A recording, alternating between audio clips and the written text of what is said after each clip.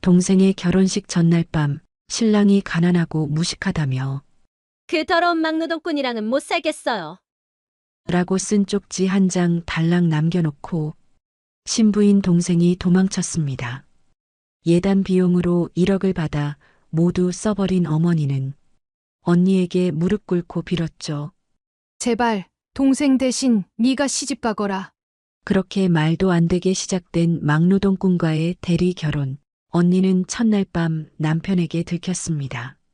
하지만 남편이 꺼낸 말은 예상 밖이었죠. 알고 있었어. 당신 손을 보고.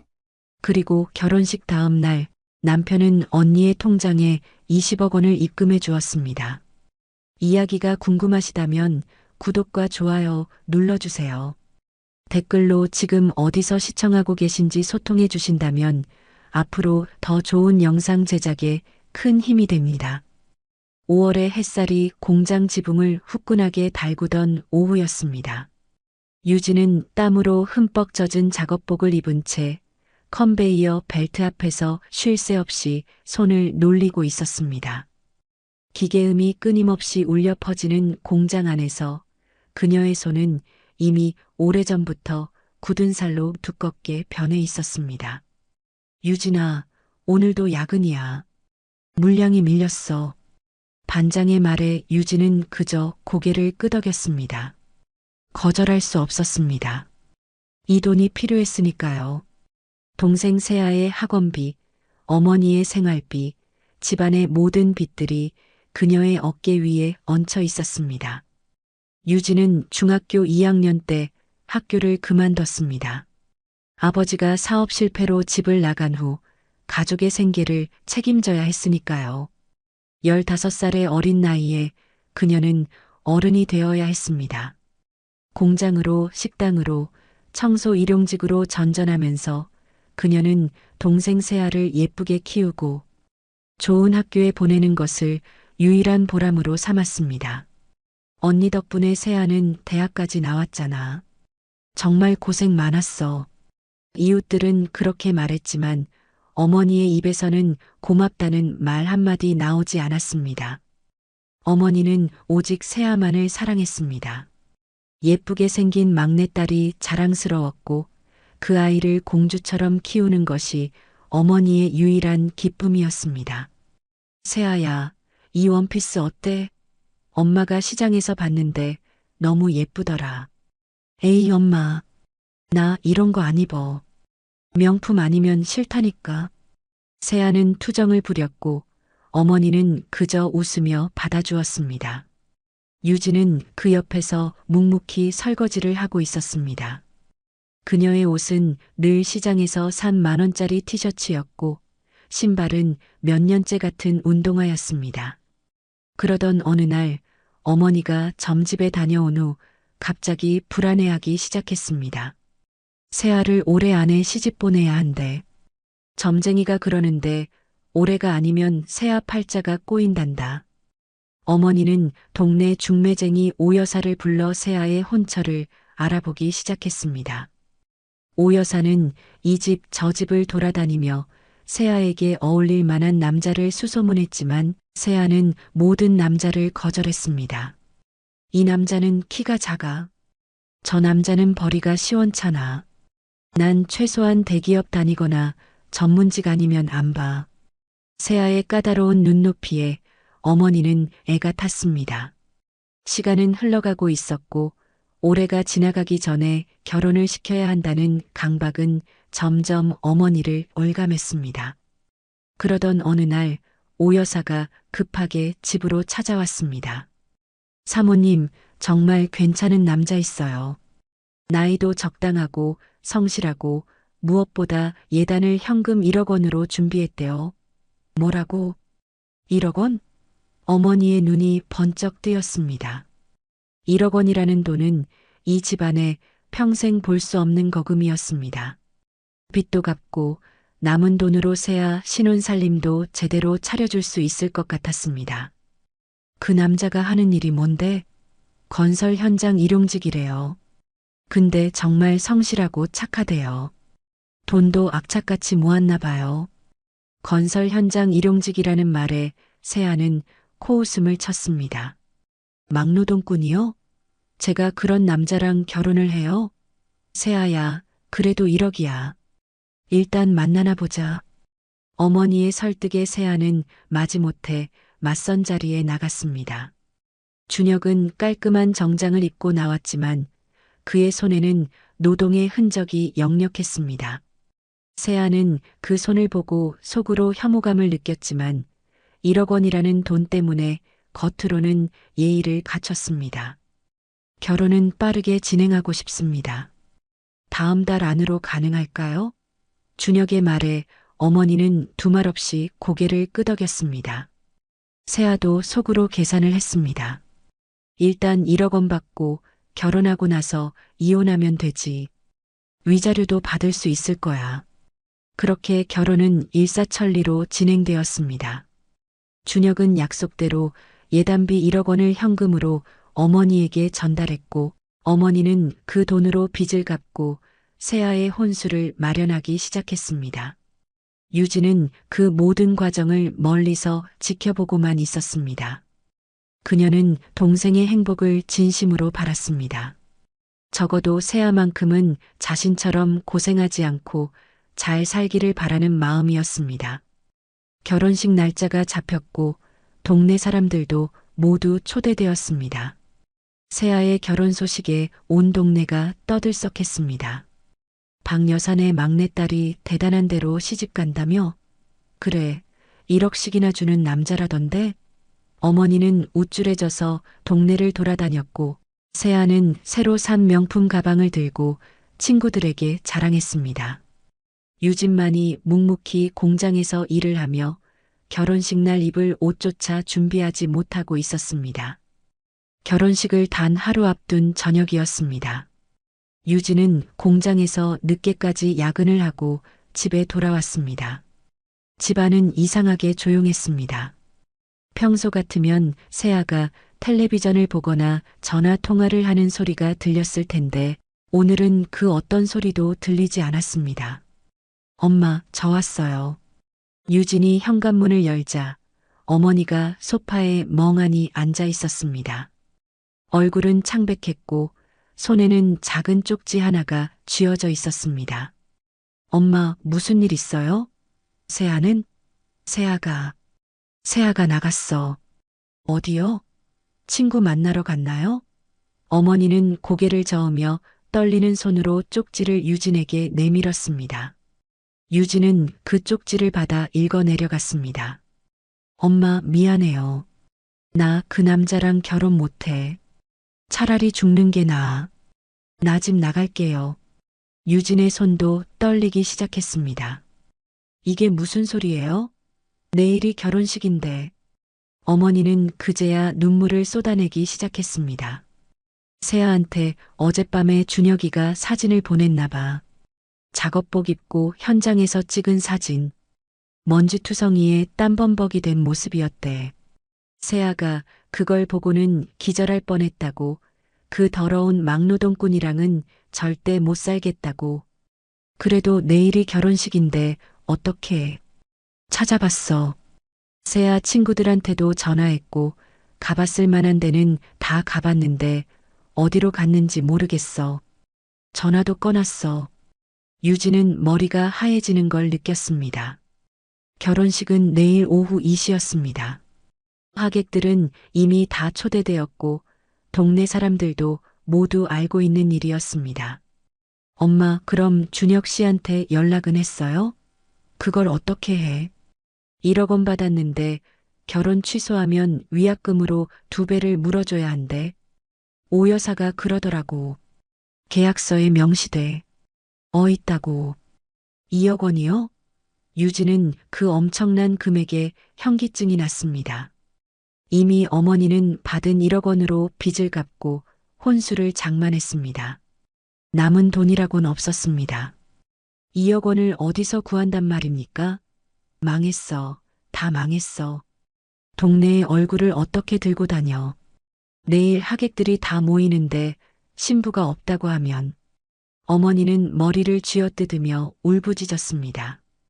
유진은 어머니를 달래며 차라도 끓여드리려고 부엌으로 향했습니다. 하지만 그때 어머니가 갑자기 유진의 팔을 붙잡았습니다. 유진아. 어머니의 목소리가 달라져 있었습니다. 유진은 불안한 예감에 어머니를 돌아보았습니다. 엄마, 왜 그러세요? 어머니는 유진을 방으로 끌고 들어갔습니다. 그리고 문을 닫더니 갑자기 유진 앞에 무릎을 꿇었습니다. 엄마, 이게 무슨 짓이에요? 유진아, 엄마 말 들어봐. 내가 내일 결혼식에 나가줘. 무슨 소리예요? 세아 대신에 내가 신부가 되는 거야. 어차피 면사포 쓰면 얼굴 안 보이잖아. 준혁이도 세아 잠깐 봐서 모를 거야. 유진은 뒤로 물러서며 고개를 저었습니다. 엄마, 정신 차리세요. 그게 말이 돼요? 제가 어떻게 동생 대신 결혼을 해요. 유진아, 제발이다. 엄마가 이렇게 빌게.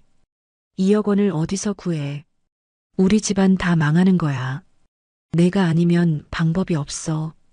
그건 제 잘못이 아니잖아요. 왜 제가? 어머니는 유진의 손을 꽉 붙잡았습니다.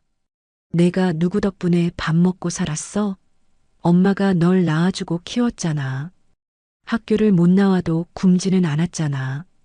그 은혜를 생각해서라도. 엄마. 유진아, 엄마 죽는다. 정말 죽는다. 2억 원 위약금 물어주고 동네 망신까지 당하면 엄마는 못 살아. 차라리 죽는 게 나아. 어머니는 통곡하기 시작했습니다. 유진은 그 울음소리를 들으며 온몸이 얼어붙는 것 같았습니다. 평생 이렇게 살아왔습니다.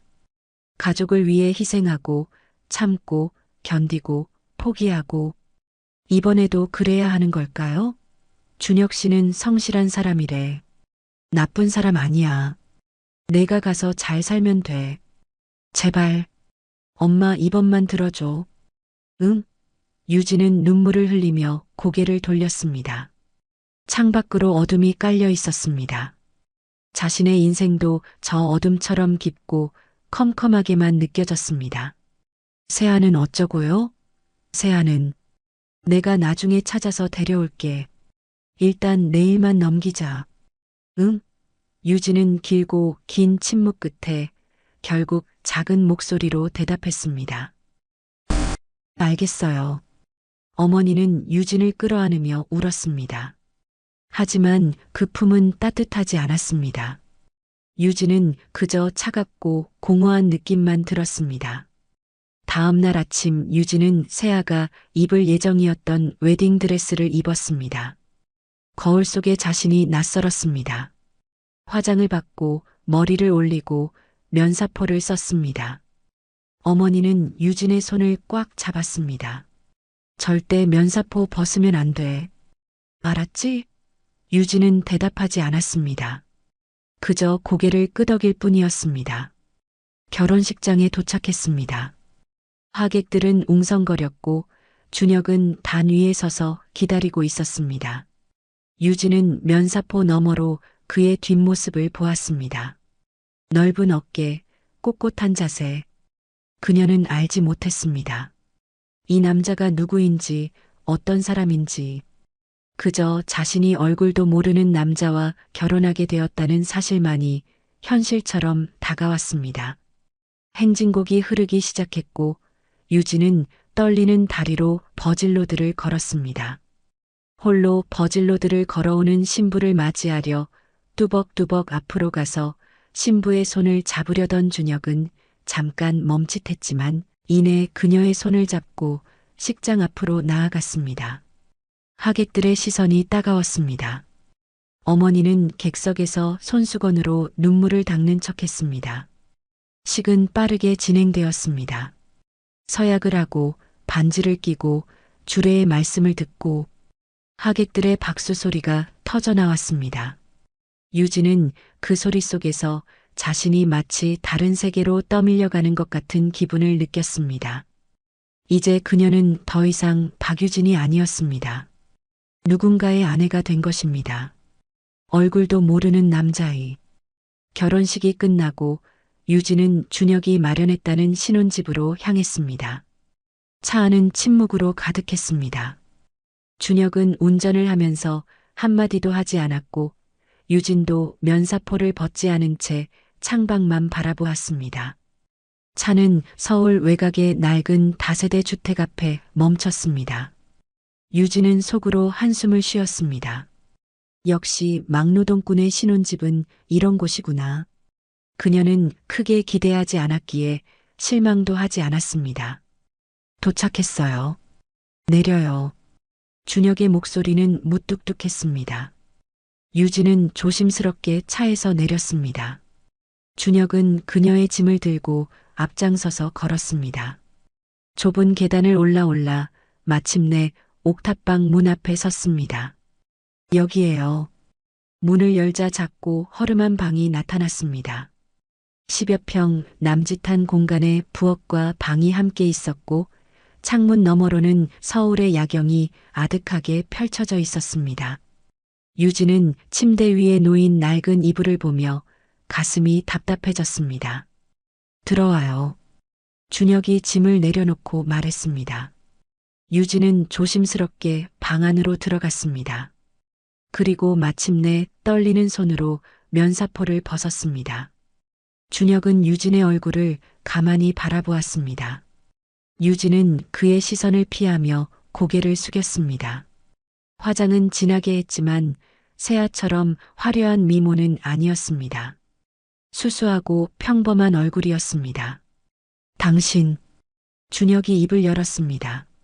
유진은 심장이 쿵쾅거렸습니다. 당신은 박세아가 아니지? 유진의 얼굴이 창백해졌습니다. 그녀는 준혁을 올려다보았습니다. 준혁의 표정은 차갑고 단호했습니다. 어떻게? 난 기억력이 좋아. 당신은 그녀가 아니야. 유진은 입술을 깨물었습니다. 들켰습니다. 이제 어떻게 되는 걸까요? 위약금을 물어야 할까요? 어머니는 뭐라고 할까요? 미안해요. 저는 이름이 뭐야? 유진이에요. 박유진. 세아의 언니예요. 준혁은 길게 한숨을 쉬었습니다. 그리고 소파에 앉으며 손으로 얼굴을 쓸어내렸습니다. 왜 세아 대신 당신이 나온 거야? 유진은 떨리는 목소리로 사실을 말했습니다. 세아가 도망간 일, 어머니가 무릎 꿇고 빌었던 일, 위약금 때문에 어쩔 수 없었던 일들을. 준혁은 그 이야기를 듣는 동안 아무 말도 하지 않았습니다. 그렇군. 준혁의 목소리에는 감정이 실려 있지 않았습니다. 유진은 불안에 떨며 그의 반응을 기다렸습니다. 처음부터 알았어. 당신 손을 봤거든. 손이요? 준혁은 유진의 손을 가리켰습니다. 유진은 자신의 손을 내려다보았습니다. 굳은 살이 박히고 거칠고 상처투성이인 손이었습니다. 박세아는 사진으로 봤을 때 손이 깨끗했어. 손톱도 예쁘게 관리되어 있었고, 근데 당신 손은 일을 많이 한 손이야. 오래 고생한 손이지. 유진은 황급히 손을 뒤로 숨겼습니다. 부끄러웠습니다. 세아와 비교되는 것이 창피했습니다. 미안해요. 저는 공장에서 일해서 사과할 필요 없어. 준혁은 자리에서 일어나 창문가로 걸어갔습니다. 이 결혼 어떻게 할 거야? 유진은 입술을 깨물었습니다. 준혁이 이혼을 요구하면 어쩌죠? 위약금은 어떻게 마련하죠? 저는 당신이 원하는 대로 하겠어요. 제 잘못이니까. 당신의 잘못은 아니야? 준혁이 돌아보며 물었습니다. 박세아가 도망간 건 내 사진을 보고 나서잖아. 내가 막노동꾼이라서 싫었던 거고.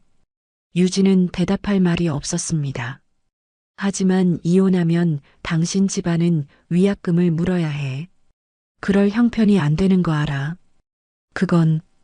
그러니까 이렇게 하자. 준혁이 유진에게 다가왔습니다. 결혼은 유지해. 하지만 우리는 그냥 계약 관계처럼 지내는 거야. 남남처럼. 당신은 당신대로 살고 나는 나대로 살고 어차피 나는 현장 일 때문에 집에 거의 없을 거야. 그럼 당신한테 피해는 주지 않을게. 생활비도 줄 거고 그냥 명목상 부부로만 있으면 돼. 유진은 그 제안에 안도의 한숨을 쉬었습니다. 적어도 이혼은 아니었습니다. 위약금을 물지 않아도 되는 것이었습니다. 고마워요. 고마워할 필요 없어. 나도 내 사정이 있어서 결혼이 필요했던 거니까. 준혁은 더 이상 말하지 않고 침대 옆 바닥에 이불을 깔았습니다. 나는 여기서 잘 테니까 당신은 침대 써. 아니에요, 제가. 됐어. 나는 현장에서 생활해서 바닥에서 자는 것도 익숙해. 그렇게 첫날 밤은 어색하고 냉랭하게 지나갔습니다. 유진은 침대에 누워 천장을 바라보며 눈물을 흘렸습니다. 자신의 인생이 이렇게 꼬여버린 것이 억울했고 동시에 준혁의 배려에 고마웠습니다. 다음 날 아침 유진이 눈을 떴을 때 준혁은 이미 나가고 없었습니다. 작은 쪽지만 탁자 위에 놓여 있었습니다. 냉장고에 음식 넣어뒀어. 먹고 싶은 거 있으면 사. 카드 두고 갔으니까. 유진은 쪽지를 보며 미묘한 감정을 느꼈습니다. 이 남자는 무뚝뚝하지만 배려가 있는 사람이었습니다. 그날 오후 유진의 휴대폰에 알림이 울렸습니다. 계좌 입금 알림이었습니다. 유진은 무심코 화면을 확인했다가 숨이 멎었습니다. 20억 원이 입금되었습니다. 유진은 휴대폰을 떨어뜨릴 뻔했습니다. 20억 원? 이게 무슨 일입니까? 막노동꾼이 20억 원을 가지고 있다고? 그때 문이 열리며 준혁이 들어왔습니다. 유진은 황급히 그를 돌아보았습니다. 저기, 이게 무슨... 준혁은 유진의 휴대폰 화면을 보고는 담담하게 말했습니다. 내 전 재산이야. 당신 계좌로 옮겼어. 왜요? 왜 이런 돈을? 이유는 나중에 설명할게. 일단 이 돈 있는 거 아무한테도 말하지 마. 특히 당신 가족한테는 절대 말하면 안 돼. 하지만 부탁이야. 이 비밀만큼은 꼭 지켜줘. 준혁의 눈빛은 진지했습니다. 유진은 고개를 끄덕였습니다. 하지만 그녀의 마음속에는 수많은 의문이 소용돌이쳤습니다. 이 남자는 도대체 누구일까요? 왜 막노동꾼을 위장하고 있을까요? 그리고 20억 원이라는 엄청난 돈을 왜 자신에게 준 걸까요? 준혁과의 기묘한 동거가 시작된 지 일주일이 지났습니다. 유진은 여전히 그를 이해할 수 없었지만 한 가지는 확실했습니다. 이 남자는 자신이 생각했던 것보다 훨씬 복잡한 사람이었습니다. 매일 아침 준혁은 일찍 나갔습니다. 작업복을 입고 낡은 가방을 메고 현장으로 향했습니다. 그리고 저녁 늦게 돌아왔습니다. 땀과 먼지로 범벅이 된 채로. 유진은 그런 그를 보며 정말 현장 일을 하고 있다는 것을 확인했습니다. 하지만 이상한 점도 있었습니다. 준혁의 손은 거칠었지만 그의 말투와 행동은 교양 있는 사람의 것이었습니다. 식사 예절도 단정했고 책도 많이 읽는 것 같았습니다. 밤에 그가 읽는 책들은 경영학, 경제학, 건축 관련 전문 서적들이었습니다. 막노동꾼이 저런 책을 읽나? 유진은 의문이 들었지만 묻지 않았습니다. 준혁이 먼저 말해주기 전까지는 캐묻지 않기로 한 것입니다. 어느 날 저녁 유진은 집에서 라면을 끓이고 있었습니다. 준혁이 문을 열고 들어왔습니다. 평소처럼 지친 표정이었습니다. 오셨어요? 씻고 오세요. 밥 차릴게요. 아니, 괜찮아. 나도 도울게. 준혁은 샤워를 하고 나와 부엌으로 왔습니다. 유진이 설거지를 하려고 하자 준혁이 막았습니다. 내가 할게. 당신은 쉬어. 아니에요, 제가 할게요. 당신도 일했잖아. 공장에서. 준혁은 유진의 손을 가만히 잡았습니다. 그리고 그 손을 들여다보았습니다. 손이 더 거칠어진 것 같은데. 일이 힘들어? 괜찮아요. 익숙해요. 준혁은 아무 말 없이 설거지를 시작했습니다. 유진은 그런 그를 보며 묘한 감정을 느꼈습니다. 어머니도 세아도 자신의 손을 이렇게 걱정해 준 적이 없었습니다. 다음 날 유진이 공장에서 돌아오니 옥탑방이 달라져 있었습니다. 낡았던 벽지가 새 것으로 바뀌어 있었고 삐걱거리던 바닥도 매끄럽게 수리되어 있었습니다. 이게 준혁이 작업복을 입은 채 공구를 정리하고 있었습니다. 좀 불편해 보여서 고쳤어. 습기도 많이 차던데 방수도 다시 했어. 혼자 다 하신 거예요? 현장에서 배운 거 써먹었지. 준혁은 담담하게 말했지만 유진은 감동을 받았습니다. 이 사람은 자신을 위해 이런 일까지 해준 것입니다. 고마워요. 정말. 뭐, 나도 여기 사는데 당연한 거지. 며칠 후, 유진은 집에 돌아와 탁자 위에 놓인 작은 상자를 발견했습니다. 상자 안에는 고무장갑, 핸드크림, 그리고 작은 메모가 들어 있었습니다. 손 보호 좀 해. 크림은 자기 전에 바르면 돼. 유진은 핸드크림을 손에 펴바르며 눈물이 났습니다. 평생 누구도 자신을 이렇게 챙겨준 적이 없었습니다. 가족도 친구도 아무도. 그런데 이 낯선 남자는 왜 자신에게 이토록 친절한 걸까요? 주말이 되었습니다. 준혁은 집에 있었고 유진도 쉬는 날이었습니다. 두 사람은 어색하게 거실에 앉아 있었습니다. 저기, 뭐 필요한 거 있어? 준혁이 먼저 물었습니다. 아니요, 다 있어요. 그래도 불편한 거 있으면 말해. 고쳐줄 수 있으니까. 유진은 잠시 망설이다가 조심스럽게 물었습니다. 당신은 혹시 공부 많이 하셨어요? 준혁이 고개를 들었습니다. 왜 그렇게 생각해? 그냥 말투도 그렇고 책도 많이 읽으시는 것 같아서요. 준혁은 잠시 침묵하더니 대답했습니다. 대학은 나왔어. 하지만 사정이 있어서 지금 이 일을 하고 있는 거야. 사정이요? 나중에 이야기해 줄게. 아직은 때가 아닌 것 같아. 유진은 더 묻지 않았습니다. 준혁도 자신만의 사연이 있는 것이겠죠. 그날 저녁 준혁이 큰 상자를 들고 들어왔습니다. 이거 받아. 뭐예요? 유진이 상자를 열자 중고 노트북이 들어 있었습니다. 그리 좋은 사양은 아니었지만 충분히 쓸만했습니다. 인터넷 강의 같은 거 들을 수 있잖아. 당신 중학교 졸업 학력이라고 했지?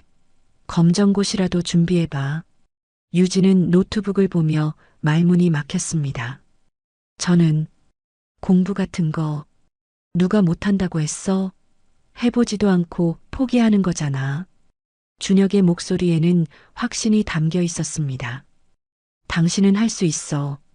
나는 그렇게 생각해. 그날 밤 유진은 노트북을 켜고 검정고시 정보를 찾아보았습니다. 오래전에 포기했던 공부였습니다.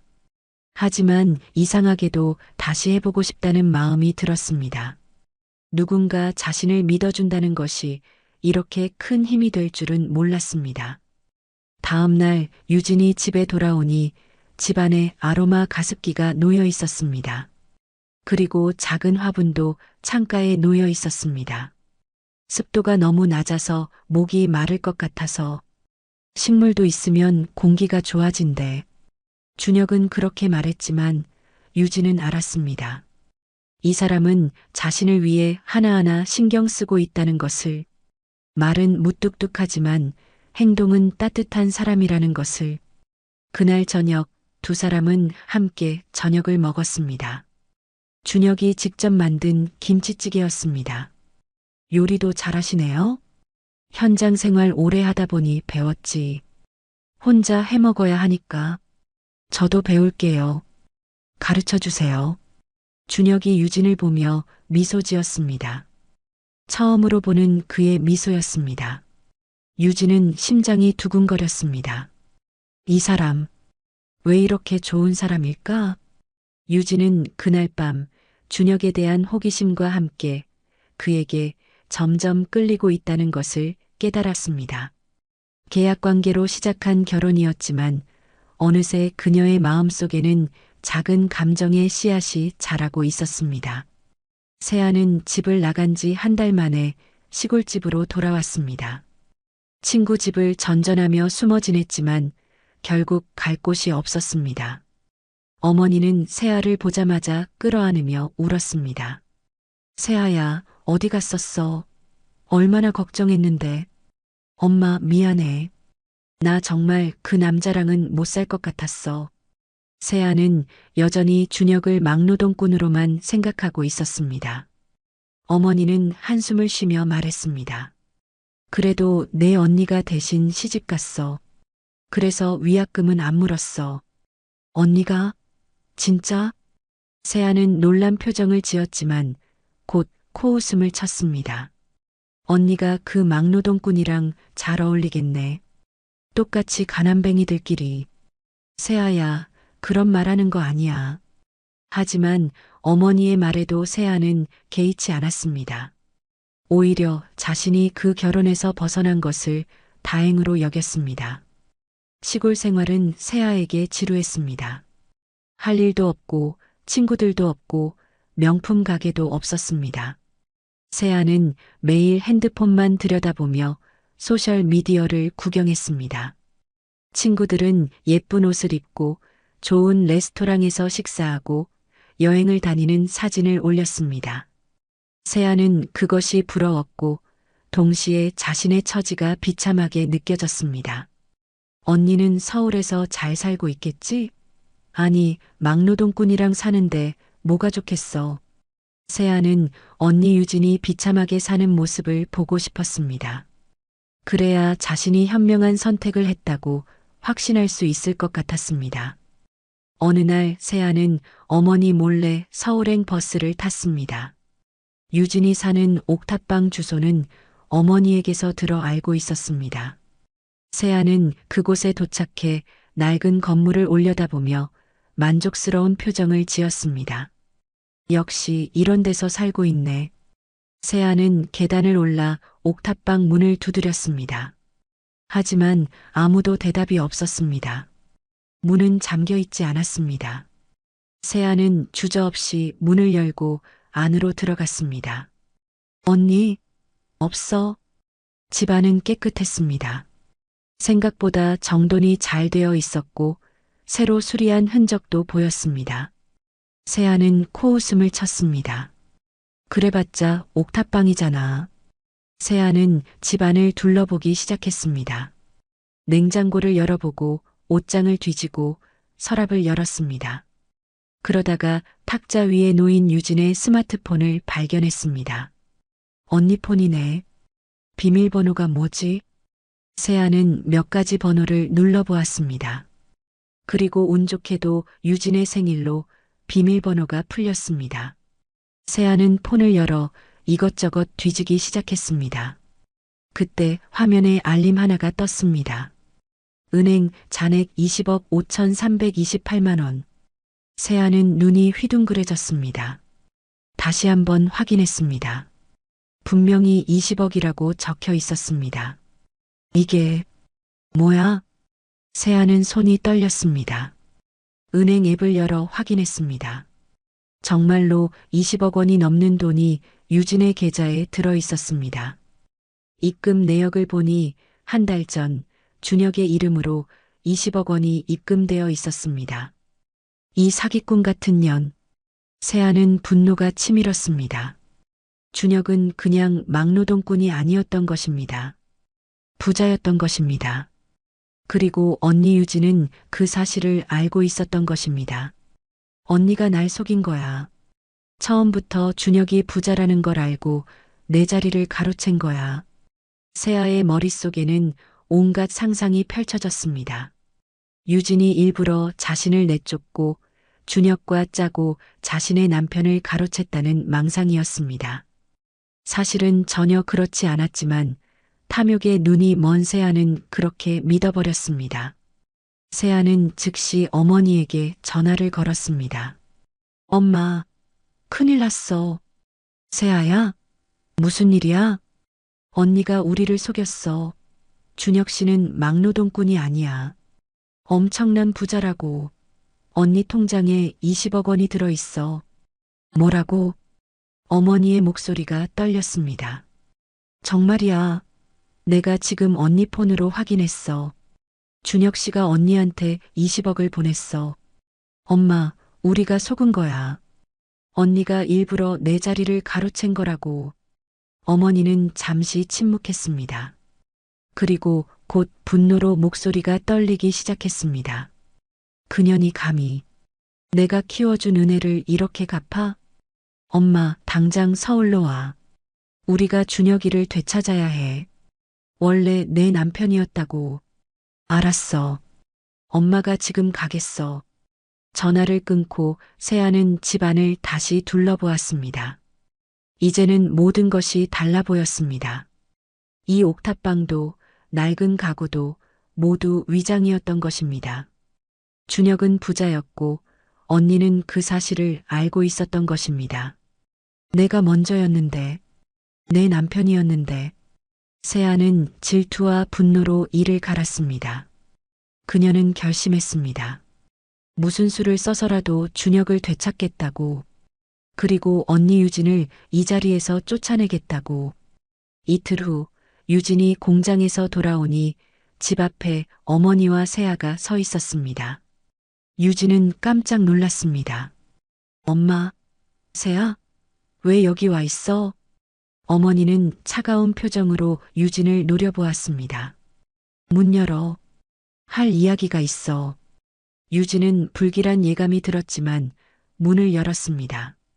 어머니와 세아는 거침없이 집 안으로 들어왔습니다. 앉아. 어머니가 명령하듯 말했습니다. 유진은 조심스럽게 소파에 앉았습니다. 세아는 집안을 둘러보며 비아냥거렸습니다. 옥탑방 치고는 깔끔하네.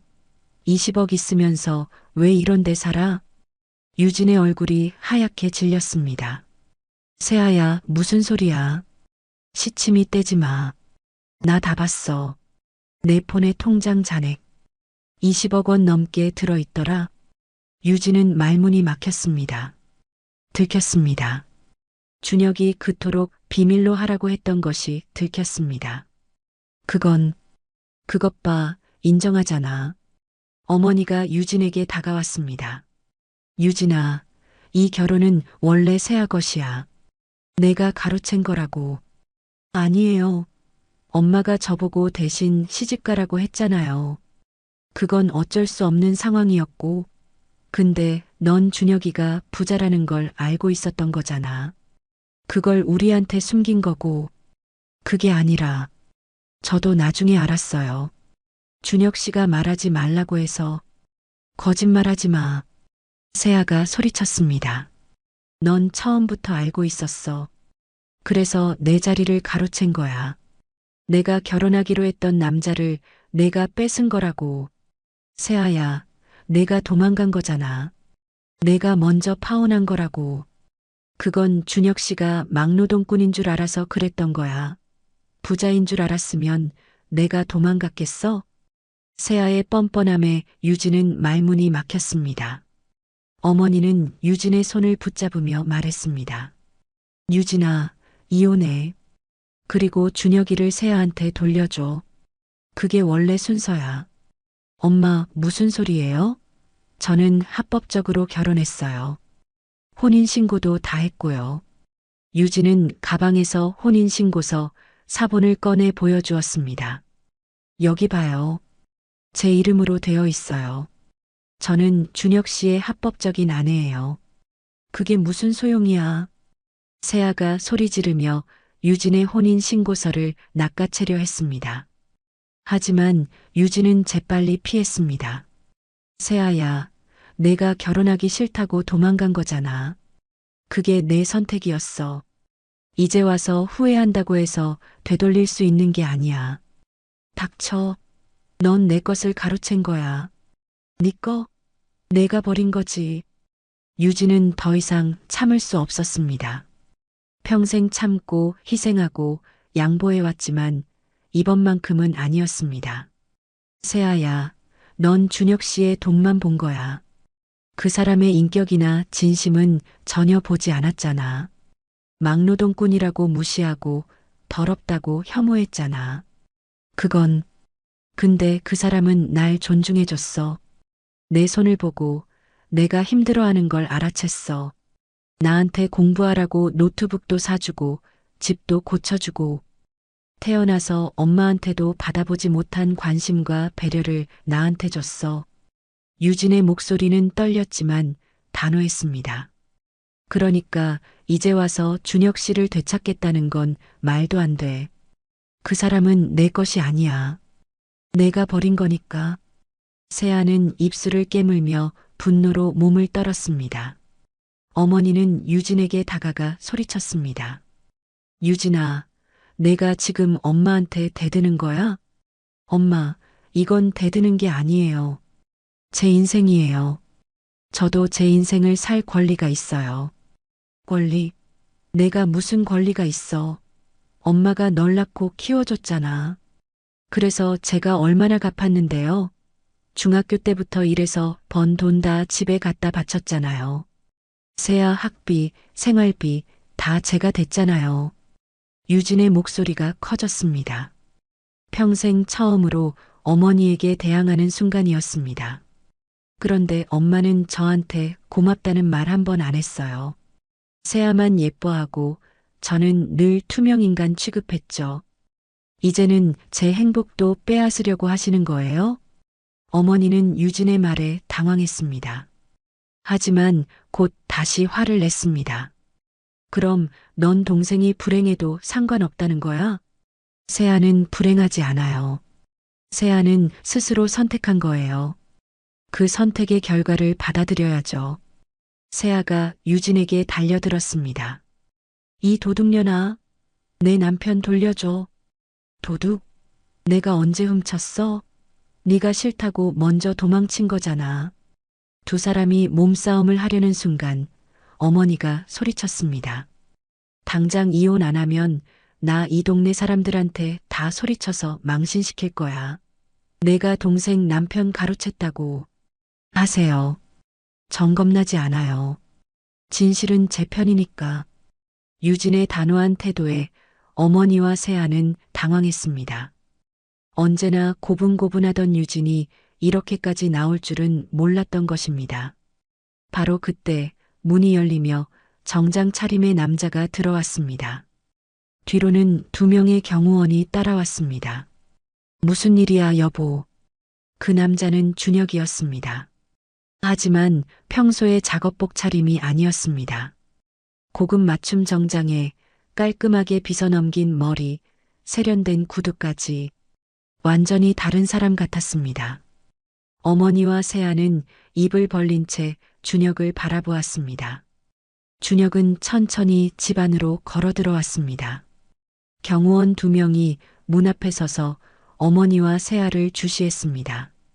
준혁의 모습은 그들이 기억하는 막노동꾼과는 완전히 달랐습니다. 품위 있는 자세, 날카로운 눈빛, 그리고 압도적인 존재감. 세아는 순간 숨이 멎는 것 같았습니다. 저 사람이 준혁 씨? 세아는 믿을 수 없다는 표정으로 중얼거렸습니다. 어머니도 입을 다물지 못하고 준혁을 바라보았습니다. 준혁은 유진에게 다가가 그녀의 손을 잡았습니다. 괜찮아? 유진은 고개를 끄덕였습니다. 준혁은 유진의 손을 꽉 쥐고 어머니와 세아를 향해 돌아섰습니다. 처음 뵙겠습니다. 정식으로 인사드리죠. 저는 강준혁입니다. 흥신건설그룹 회장 강태준의 막내 아들이자 유진의 남편입니다. 어머니와 세아는 동시에 입을 떡 벌렸습니다. 흥신건설? 세아가 떨리는 목소리로 물었습니다. 흥신건설은 국내 재벌 그룹 중 하나였습니다. 세아도 뉴스에서 본 적이 있었습니다. 네, 그 흥신건설 맞습니다. 준혁의 목소리는 차가웠습니다. 어머니는 급히 태도를 바꾸었습니다. 아이고, 사장님, 저희가 몰라봤습니다. 그런 대단하신 분이 왜 그렇게 막노동을? 제 개인적인 사정입니다. 굳이 설명드릴 필요는 없겠죠. 준혁은 딱 잘라 말했습니다. 그리고 세아를 향해 눈빛을 돌렸습니다. 박세아 씨, 저는 당신의 약혼자였던 적도 남편이었던 적도 없습니다. 혼인신고는 유진 씨와 했고 법적으로도 유진 씨가 제 아내입니다. 하지만 원래는 제가. 원래요? 당신이 결혼식 전날 도망친 거 아닙니까? 저를 막노동꾼이라고 무시하고 더럽다고 혐오했죠? 세아는 할 말을 잃었습니다. 준혁은 계속 말을 이었습니다. 당신은 제 돈만 보고 결혼하려 했습니다. 제 인격은 전혀 보지 않았어요. 그런 사람과 제가 왜 함께해야 합니까? 그건. 그리고 지금 무슨 일로 여기 오신 겁니까? 제 아내를 협박하러 오셨습니까? 준혁의 목소리는 점점 더 차갑게 변했습니다. 어머니가 나섰습니다. 사장님, 오해하셨습니다. 저희는 그냥 오해가 아닙니다. 제가 다 들었습니다. 준혁은 주머니에서 작은 녹음기를 꺼냈습니다. 집안에 카메라와 녹음 장치를 설치해뒀습니다.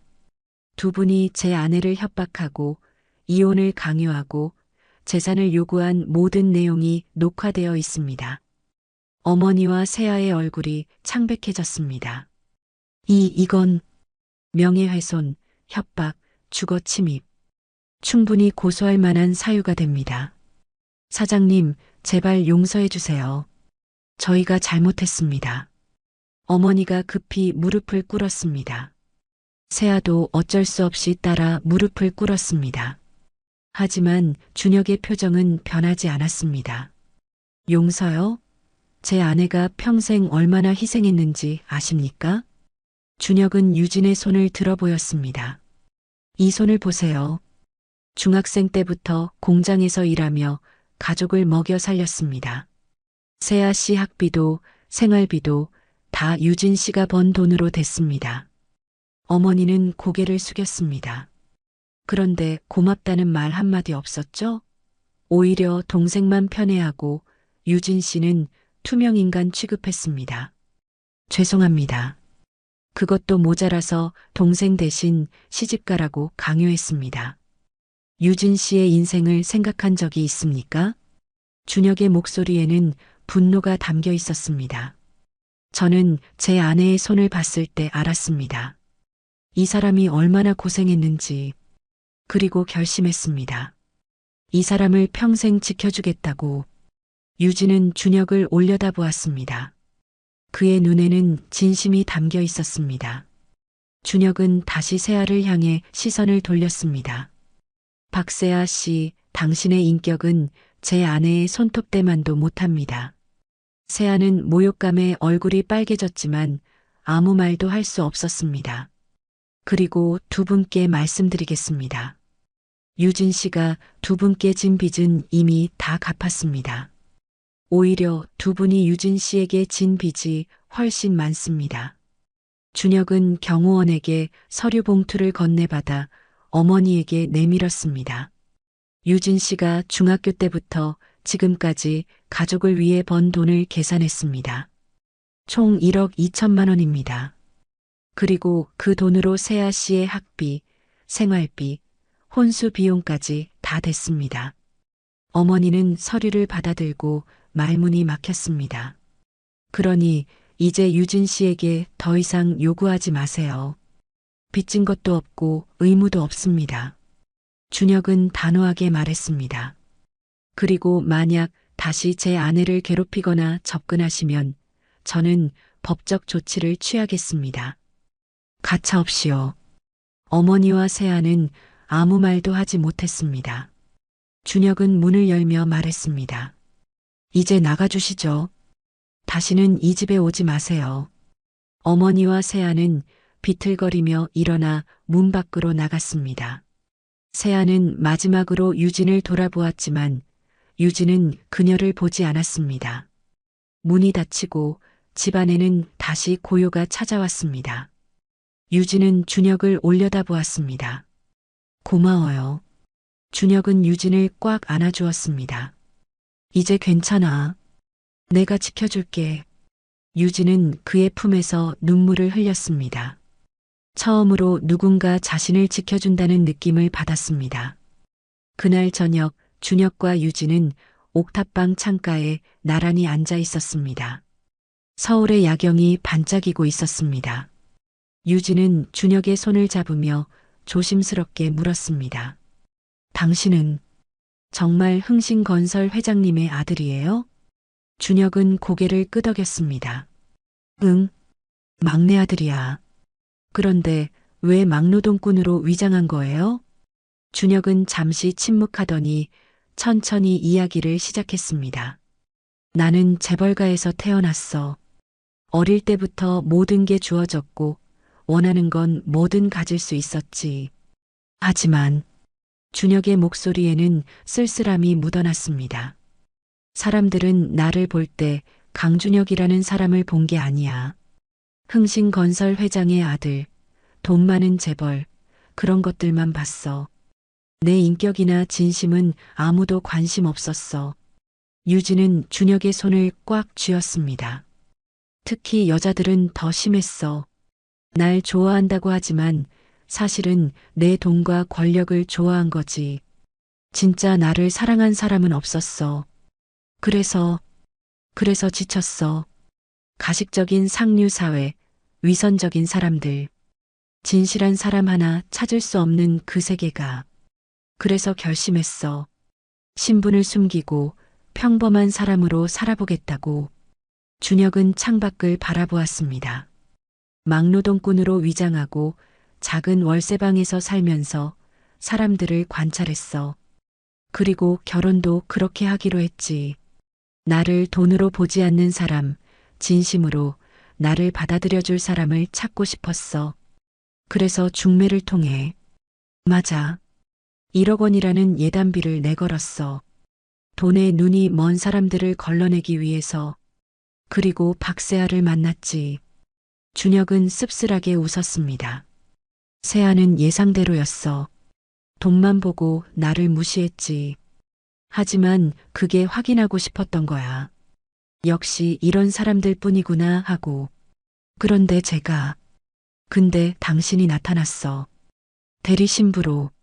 준혁은 유진을 돌아보았습니다. 처음엔 당황했어. 하지만 당신 손을 봤을 때 알았어. 이 사람은 다르다는 걸. 고생한 흔적, 희생한 흔적들이 다 손에 남아 있었어. 유진은 눈물이 났습니다. 당신은 나를 막노동꾼으로만 알았지만 나를 무시하지 않았어. 함께 설거지하고 함께 저녁 먹고 내가 해주는 것들에 진심으로 고마워했어.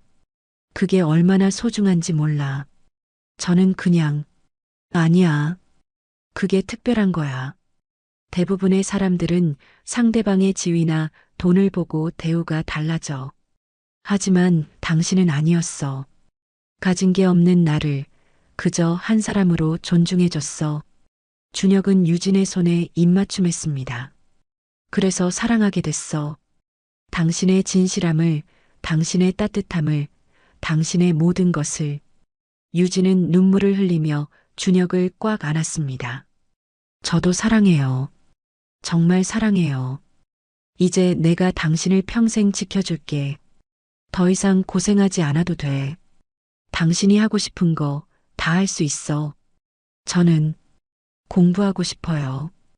검정고시 보고 대학도 가고 싶어요. 준혁은 환하게 웃었습니다. 당연하지. 내가 도와줄게. 당신은 할 수 있어. 정말로. 그날 밤 두 사람은 진정한 부부가 되기로 약속했습니다. 더 이상 계약 관계가 아닌 사랑으로 맺어진 진짜 부부로. 몇 달 후 유진은 검정고시에 합격했습니다. 그리고 명문대 경영학과에 지원하여 당당히 합격했습니다. 준혁은 누구보다 기뻐하며 유진을 축하해 주었습니다. 맞지? 내가 뭘 했어. 당신은 할 수 있다고. 유진은 합격증을 보며 눈물을 흘렸습니다. 평생 포기했던 꿈이 이루어진 순간이었습니다. 대학에 다니면서 유진은 새로운 세상을 경험했습니다.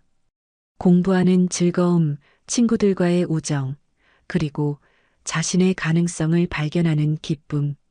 준혁은 그런 유진을 옆에서 지켜보며 행복해했습니다. 1년 후 준혁과 유진은 진짜 결혼식을 올렸습니다. 가까운 지인들만 초대한 작고 따뜻한 결혼식이었습니다. 유진은 아름다운 웨딩드레스를 입고 준혁은 턱시도를 입었습니다. 신랑은 신부에게 서약하십시오. 주례의 말에 준혁이 유진의 손을 잡았습니다. 유진, 당신을 만나서 내 인생이 완성됐어.